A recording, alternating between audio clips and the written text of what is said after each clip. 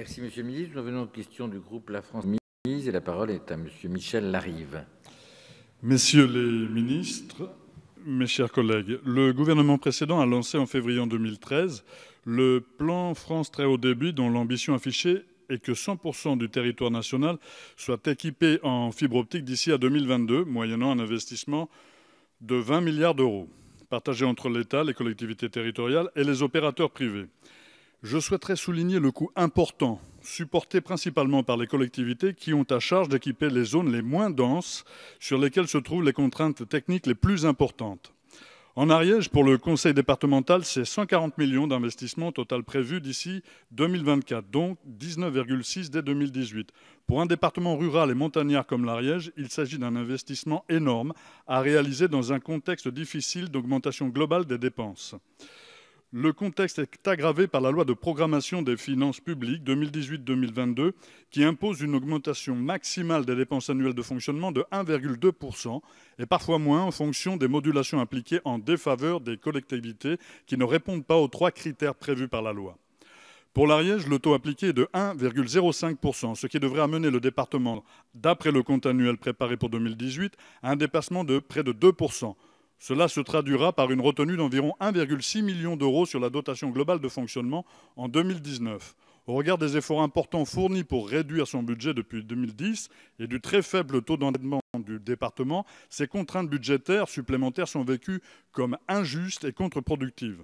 Afin de faciliter l'atteinte des objectifs fixés par le plan France THD, ne faudrait-il pas revoir à la baisse les pénalités prévues dans la loi de programmation des finances publiques 2018-2022 à l'encontre de certaines collectivités qui pourtant se démènent pour assumer leurs responsabilités et veiller en revanche à mieux contraindre les opérateurs privés lorsqu'ils négligent leurs engagements.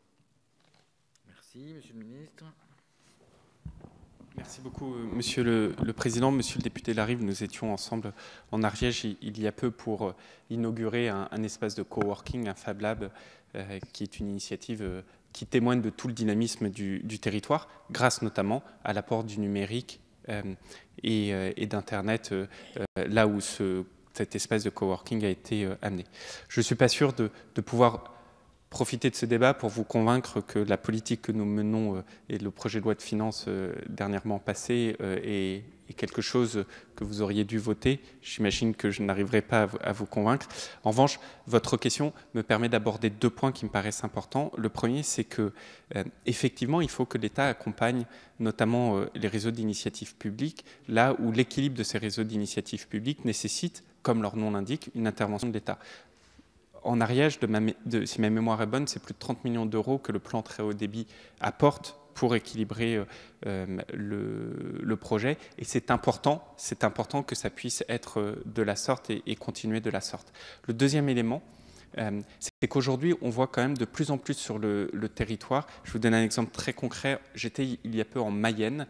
Et en Mayenne, par rapport à ce qui était prévu initialement, l'investissement public, et quand je dis public, c'est à la fois de l'État mais aussi de toutes les collectivités, a été significativement revu à la baisse parce que les investissements privés étaient très largement supérieurs à ce que nous avions envisagé initialement. Et ça, je pense que c'est aussi un élément, et c'est d'ailleurs pour ça que nous avons lancé et que nous proposerons d'accompagner toutes les collectivités, les dispositifs dits AMEL, pour favoriser également les investissements privés dans le déploiement des différents réseaux, y compris des RIP dans leur phase dite 2 et 3. Merci, Monsieur le ministre.